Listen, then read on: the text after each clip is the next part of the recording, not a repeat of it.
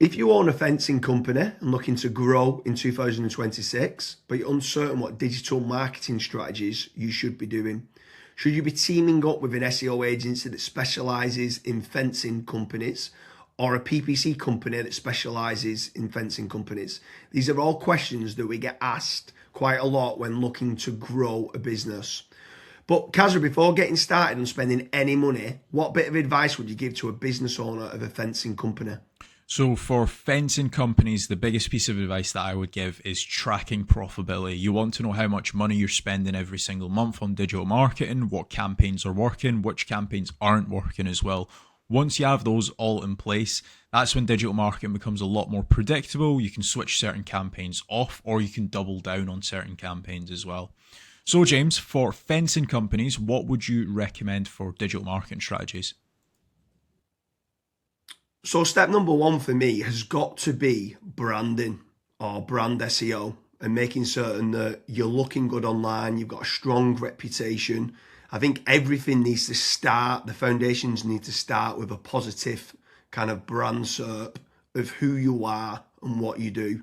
So a SERP stands for search engine results page, and getting that branding right across the board then can lead on to other things of what you can be doing. It will improve your conversion rate on paid ads or social media. Any leads that you get in, the conversion rate would be good. If at the 11th hour, they're going to decide who you're going to go with, branding, I think, becomes very, very important. So I'd say that's the first thing that people need to get right for all digital marketing strategies.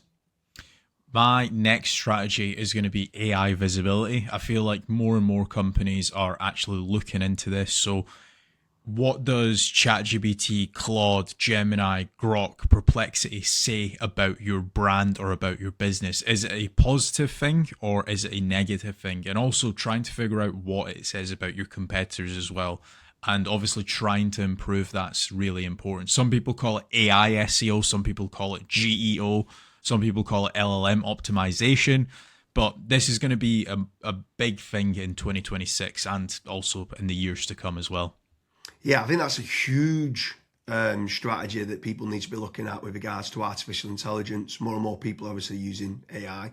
The next one for me is filling in the form at FatRank or Promo SEO, which do a commission-based lead generation service for UK companies looking to grow. I think it's important to be looking at your own digital marketing efforts to generate your own leads, but also if you can use some freelancers and outsource some as well, you've got that diversification of leads.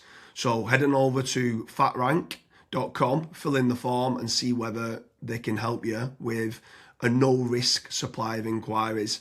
Promise you'll also do a very similar performance-based lead generation service as well that you might want to fill in the form with there, and just double check whether you can go and get a third-party lead generation company to top up and start generating you some leads for your business to grow in 2026.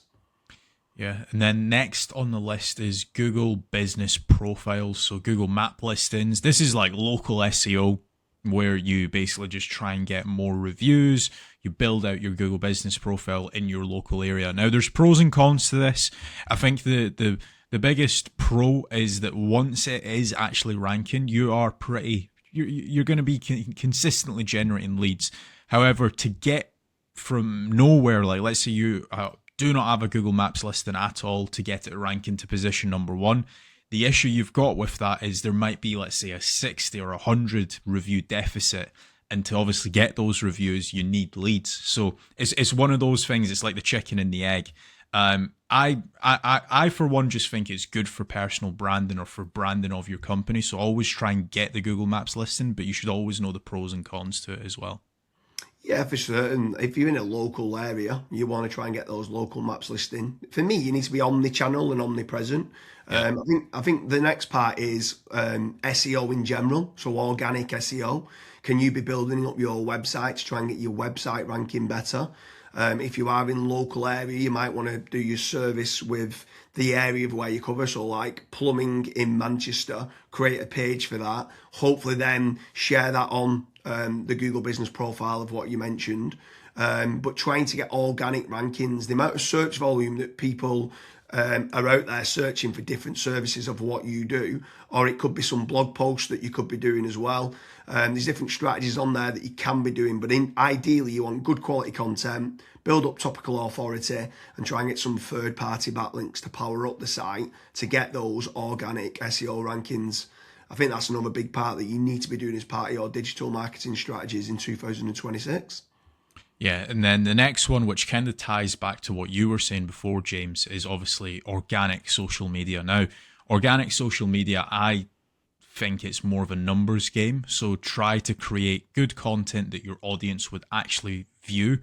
Like I see this time and time again where I look at brands and they've just published maybe 4 or 5 posts on their Instagram profile and they've not been active for 3 years, right? That's not going to drive you sales. But if you can do how-tos, if you can do guides, maybe you can do before and afters, right? If you can do content like that, that way people will see you on socials and they will actually click to actually figure out more about you, fill in the contact form. The caveat to organic social media, yes, it's free to do. It's not like PPC, for example, but it is very much a numbers game. So you want to be consistently uploading, maybe not every day, but at least 3 or 4 times a week. Yeah, for sure. On the subject of social media, paid social ads as well is massive. I'm a massive advocate of the kind of the dollar a day strategy of what people talk about. So if you are going to be taking the time to be posting every day, like you mentioned there, for organic social media, just spending a few pounds on those posts and boosting it. So getting case studies, any awards that you've won as well for reputation, and starting boosting that. You can also be running retargeting ads. So if anyone's clicked through to your website, you can be running retargeting, which is paid social as well. Different places like Meta, so whether that's Facebook and Instagram, you've got Twitter, you've got YouTube, you can be running Pinterest, you can even run in places like Reddit as well, for paid ads. And I think paid social media is still an untapped market for digital marketing strategies. Yeah. The next one is it's probably a love-hate relationship. It's PPC, right? Google AdWords or doing it on Bing, wherever. That's basically the sponsored results. So if you search for a service, it's above local SEO. Now, I have spoken, and both myself and James, we've both spoken to so many business owners that are either they've spent 10, 15, 20,000 pound on it, and they've not had a single result, or they might have had a few leads and it's just not been of quality. Or you've got other guys that have spent hundreds of thousands on it and they're like, it's the best thing that's ever happened to my business. Now, the reason why people are either they absolutely love it or they absolutely hate it is probably down to how it's been set up. Like there's so many different nuances to PPC, like for example, having a really proactive negative keyword list, making certain that you have a set of banned IPs. Like, for example, your competitors could be clicking on your ads, and that's deemed as what's called click fraud. Making certain that you've got a high converting landing page, making certain that you KPI your sales team.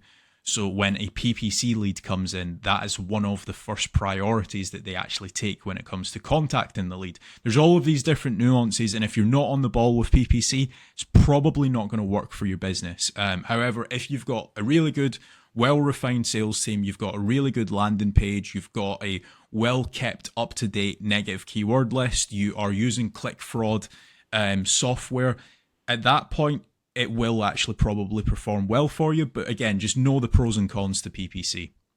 Yeah, for sure. There's certainly pros and cons. There's benefits of using it to get instant leads. But like you said, the amount of people that we speak to that have burnt a lot of budget and not had the inquiries and stuff that's come through as part of the digital marketing is pretty scary. While we're on the subject of paid, obviously we spoke about paid social ads, and now you've spoke there about PPC with Google or Bing. I'm going to throw in the mix paid ads on AI platforms. It's not fully rolled out as we're doing this video, but I know that ChatGPT are looking to try and roll out ChatGPT ads. Claude, Perplexity, other kind of LLMs might start rolling it out in 2026. I think if you're one of the early adopters and innovators to get on there, I think you could be getting cheap leads or cheap contact form submissions. So it's something to look out for, of doing paid AI listings and ads. I think that could be something to look out for in 2026. Next on the list, and this is a little bit out of control.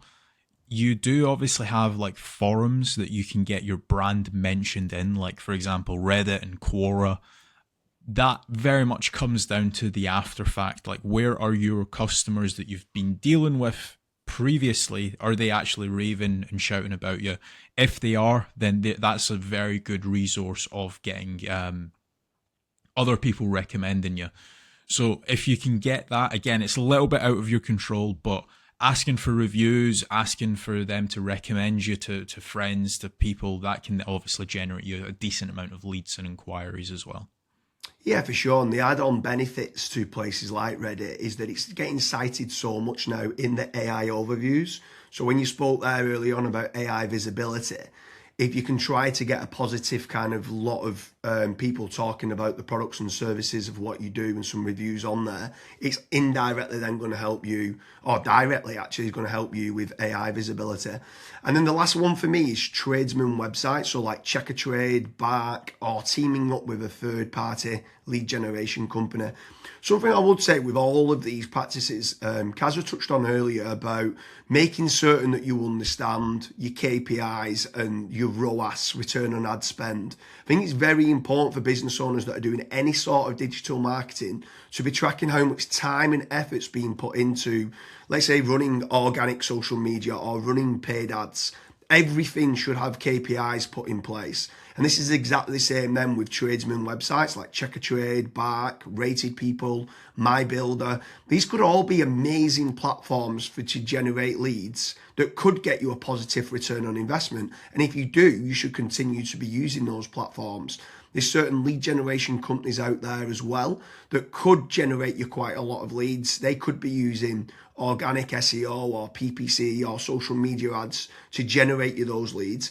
But if they are getting you a positive return on investment, again, I'm all for it as part of your digital marketing strategies. But I just want to repeat one more time with regards to FatRank and Promo SEO.